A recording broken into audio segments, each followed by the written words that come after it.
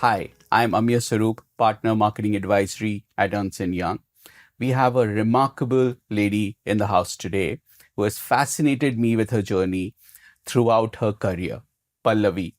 Uh, and she has led multiple marketing transformation, customer engagement programs across many of the luxurious, bigger brands which we all aspire to have at one point in life.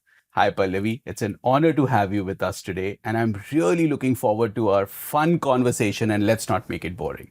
No, thank you so much, firstly, for having me. And it's the best part about my professional journey and personal journey has been that I've been able to keep uh, who I am as a person in real life and really bring that to my professional life because I think women as leaders have to really, really be authentic to who they are.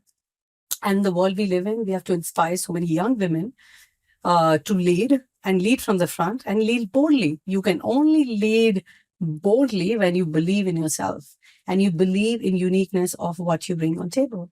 So I think I've just been, I won't say lucky, but the people I worked with in my earlier, organizations, especially Harley-Davidson and MG, they shaped me for who I am as a person today. And the culture the companies teach you, the person you become, the teams you work with, the customers you ride or drive with. Right. I think that is why a lot of people tell me, why have you been in automotive for so long?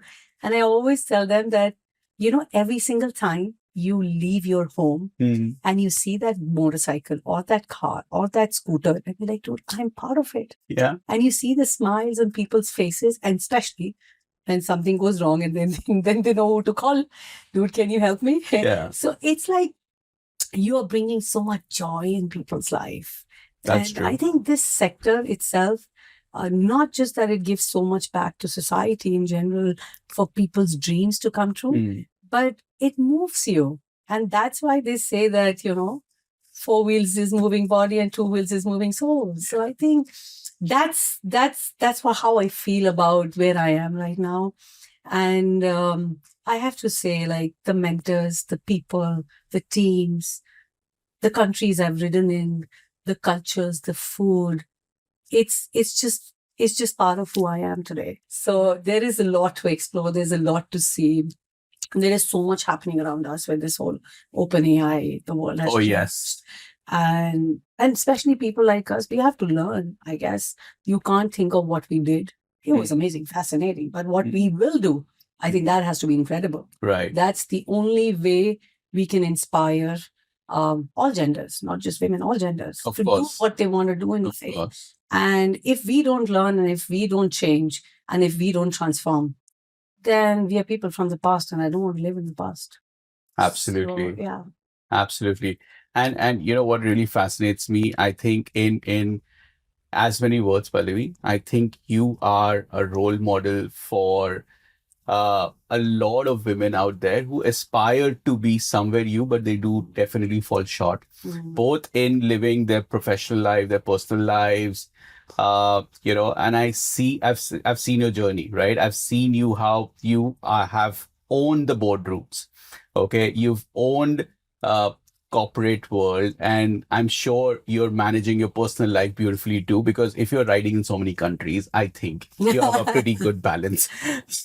you know and what really fascinates me is I'm fairly intrigued, Pallavi. Did luxury brands happen by design, by choice, or is that the direction you were working in? Because you're working with my dream brand, Harley, my aspirational brand, BMW.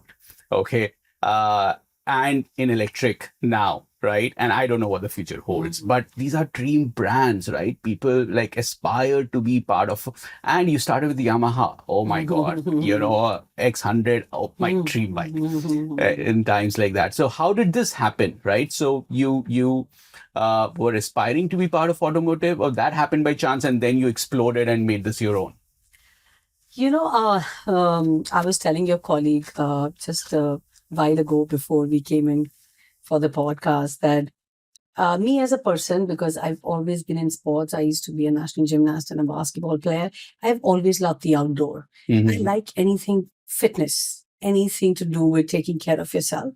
And driving cars and riding motorcycles, it's focus, it's energy, it's time. And I'm a very disciplined person in general. I don't Wow. seem like one, but I am. But like I like structures and frameworks to some extent, so that you're able to channelize your energy to do the right thing. Right. Yeah. So I think back in the days after I finished my MBA, I had an opportunity to join Yamaha or Mudra Garments. Mhm. Any normal person will say, join Mudra Garments. Like, I spoke to my brother, and back then he was in MTV, and he said, you remember we used to ride behind Dad RX 100 and used to say, oh my God, that's the motorcycle I want to go to school. And you should. I mean, Valentino Rossi is my brother's favorite racer. So and he was biased as well. But he said, this is a great opportunity, because that time Yamaha was coming with big bikes. So the MTs and the other ones. Yeah. That is when, and I think Yamaha had such a great opportunity to create that. And I said, this is something which is going to be very different and incredible. So I took that pun and joined there. And then I still remember my first bike ride, and I learned how to ride. And that's what I like about Japanese, that they really take care. So they sent us to Thailand. Imagine, management trainees, few of us coming in and saying, you guys are going to Thailand in next 3 days. And I'm like, wow, this is amazing. And 4 of us went, and we learned how to ride motorcycles. For 4 days, it was added, ride bikes, learn how to fix your own motorcycle.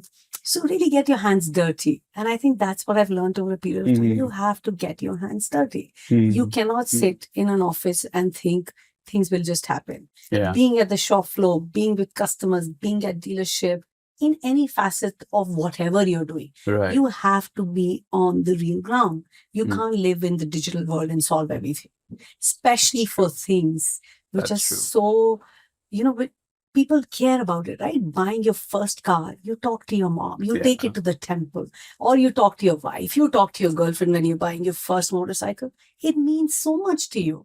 So it is. And that first ride, that first fall. So, you want to talk so many of these things. And I think you have to marry the digital world with the empathy, love, and behavior world. When they all come together is when you're truly becoming, I feel, really understanding your consumer better.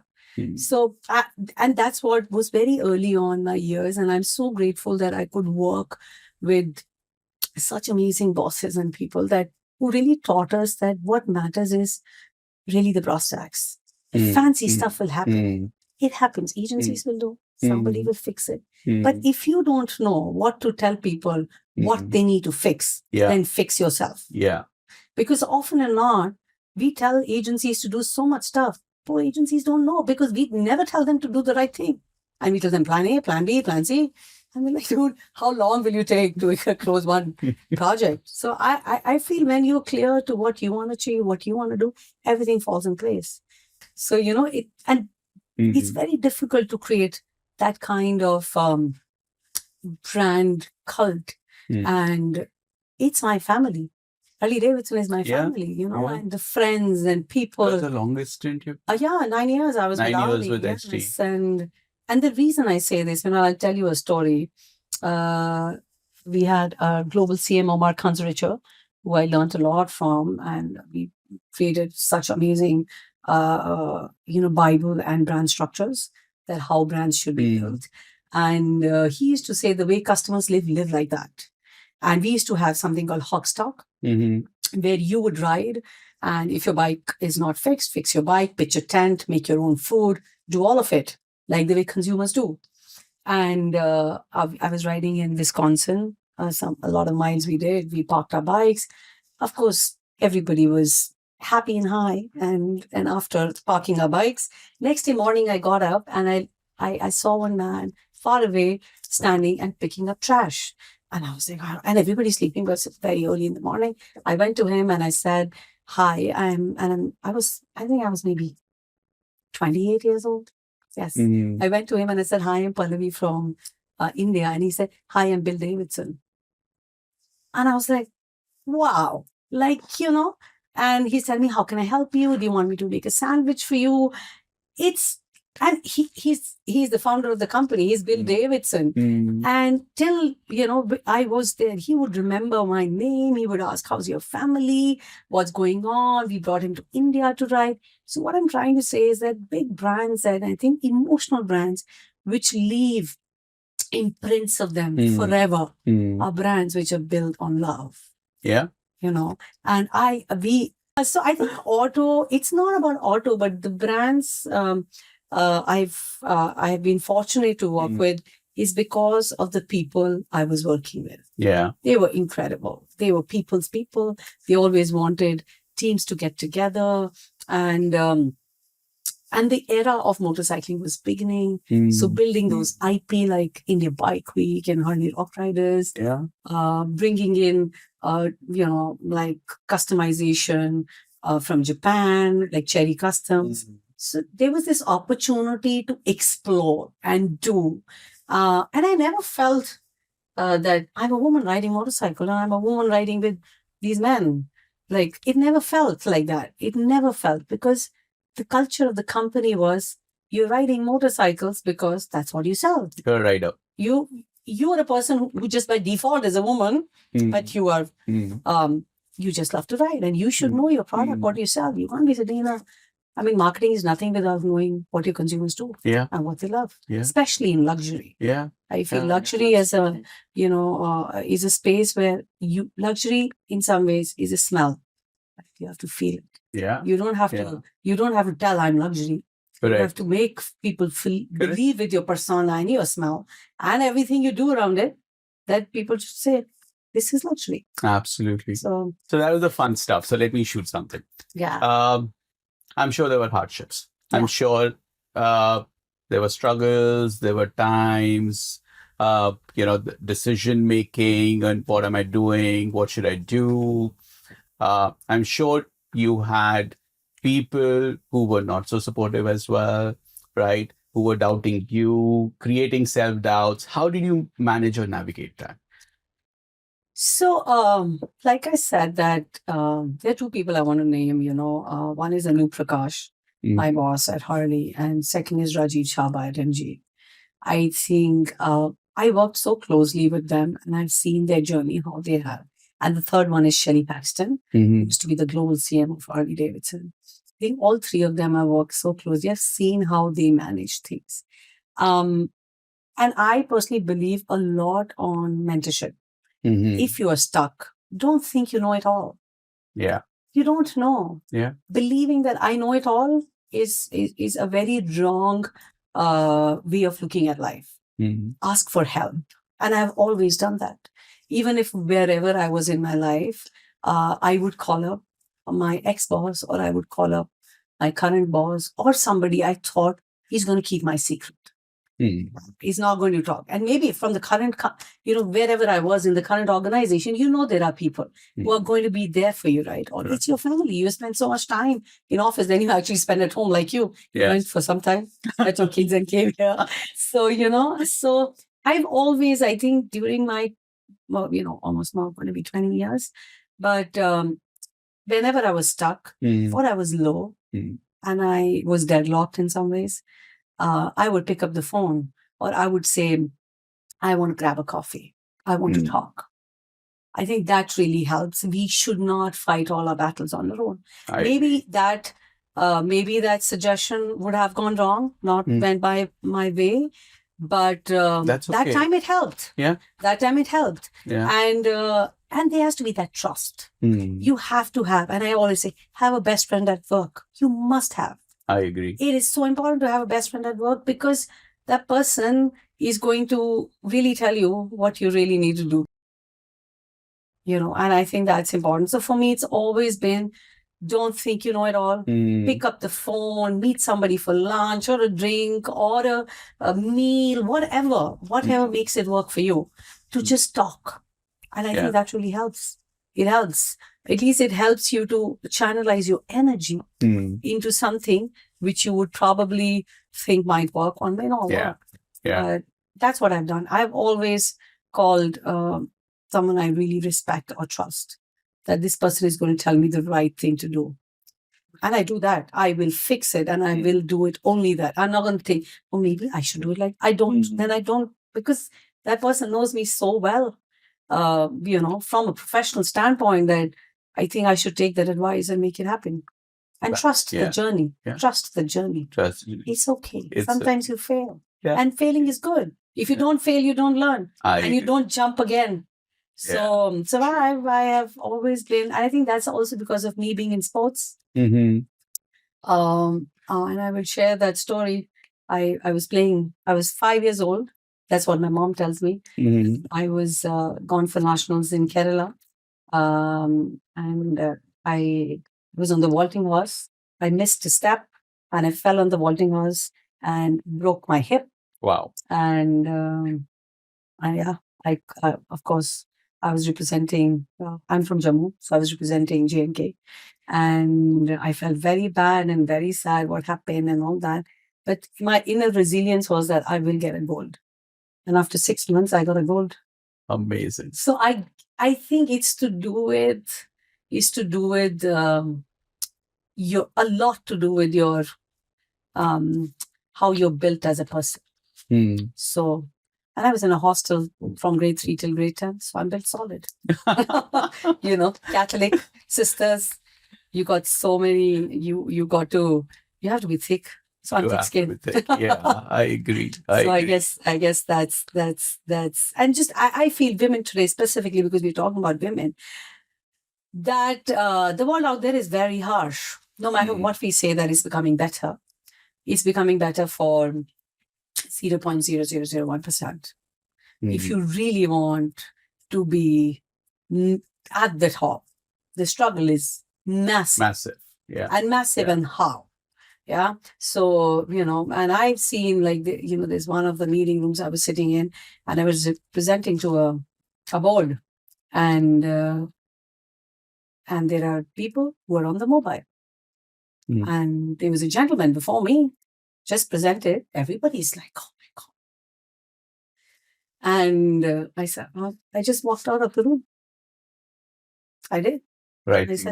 I said, and then my boss came and said, what happened? I said, nobody was listening. So I thought, I'm wasting time. He's like, are you serious? I said, yeah, I am. If you tell them to put their phones down, I will come back and present again. What am I to lose? And then thereafter, it became a rule that you will not, if you have a very important meeting, you have to put your phone on silent and keep it on the side. Yeah. So all I'm trying, if you don't make that leap of faith and don't have the courage to step in and say that, I'm not going to do it, nothing changes.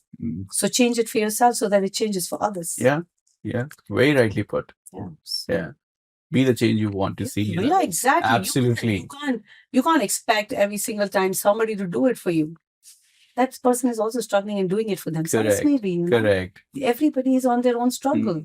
Whether you're a man or a woman or, whatever gender you are struggling. It's not easy to make your place. It's not easy. It's not.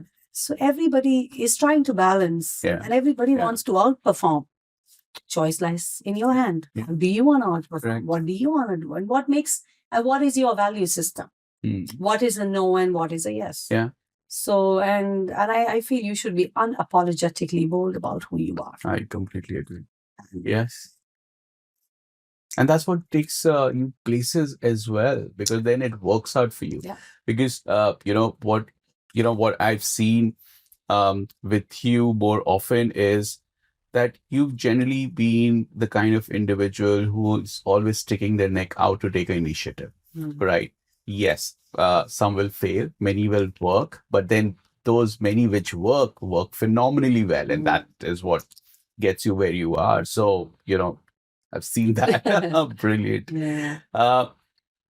Okay. From where you are, Pallavi, okay, and where do you see yourself go in the future? What's more fascinating coming your way? I've been thinking, I keep, my friends tell me, my husband tells me, my bosses tell me, and that you've built and worked, not just I have, but so many people along with me built it. There's nothing which is built by one person. It's always a team. It's always a bunch of fun people. And I always tell everybody, if you're not having fun at work, don't work. I agree completely. If there's no fun at work, then what are you doing? The work has to be married with fun because the world we live in, the amount of stress we have, the air we breathe, to the pollution we take, to the traffic we're in. If the place you're in and you're going to only complain and crib and being in that place, then don't be. Don't be. Right. Find your path where you can be happy and make that place a place where other people say, I come to office because, it's so much fun to work with this person. Yeah. She helped solve for me. He helped solve for me. Yeah. I think it's very important to build cultures like this because the Generation Alpha and the Gen Z, they have self-love. They are so much in love with themselves that they're like, dude, I don't take it. I'm not going to do it. So you have to change. You don't have an option. You don't have an option. If you want to build a company which is progressive and outrageous and courageous, then change your habits, change your behavior. And I guess that's to do with companies we know how are being built now. And we know so many companies built overnight and are today valued much more than a lot of companies have been working for so long. And there's a reason for it. Yeah. So I really feel that it's important to look at it. So if I have a choice, I think it's time for me to build something. Oh. So and I meet a lot of people who've done startups. A lot of my friends who've done, and the journeys they've had. It's tough. It's really tough. Especially people who worked on the corporate side or the client side. You think you own the you own the world. You get everything in some ways on a platter. Yeah. In some ways on a platter. Of course, you work hard and you do all of that, but there is still that sense of there is somebody taking care of something. But when you're doing something on your own, taking care of everything. You have to do everything. Yeah. I've seen my husband building his own business, and it's now almost going to be 8 years, and that man works like 24/7. Yeah, just works. Yeah. And it's tough, but also very rewarding. And, it is. It's fulfilling. It's fulfilling, and putting that first idea onto your paper. So I think it's time for me to build. So you've put an idea on paper, or yet to? You will know. I think you're a good friend. You will know very soon. Lovely. So you will know very soon. Yes. Lovely. Okay. At the end of it, for aspiring women leaders out there, okay, what are 2 thoughts, ideas, point of view you would love to share with them? The first I will really say, don't fit in. Stand out. Don't try to fit in. You have to be you. So please try and find what is that you bring, not what is it that you bring on table, but what is it unique to yourself. And leadership is all about standing out and standing for your people, standing for yourself. When you stand for yourself, you stand for your people and your organization. So please be that one. Please be that change maker, if I were to say, to help other women believe that you can do, even if when you're different and unique. And you have to be different and unique. Otherwise, nobody's noticing. Yeah. And the second one is that there is no other key than hard work. Yeah. Nothing can beat hard work. There's no shortcut. Yes. There isn't any shortcut. Please don't think there's shortcut via a YouTube or a podcast or AI, all of that. That's good because that's a good machinery to give us an ability to do things faster. But that doesn't mean that you will not get your hands dirty. Please, specifically, I say for women, whatever you're doing, get your hands dirty. You cannot achieve anything if you don't get your hands dirty. And if you do that, sky is your limit. So well put. And I know this because I know you personally as well. Even after achieving so much, you still went to school recently, right? You're still learning. You're still getting your hands dirty. What's new? What can I learn more? So, and I think on that note, I would love to thank you, Pallavi, for being here and standing out and being unique in a Harley-Davidson jacket and belt in a chartered accountant firm. That's a nice one now. Wonderful. And absolutely, I think, great insights. I think we had fun conversation. It was more to let people know that everything is achievable, and there's no shortcut to hard work. Absolutely. And it doesn't stop. In fact, it just gets harder and harder as you move up. Yeah.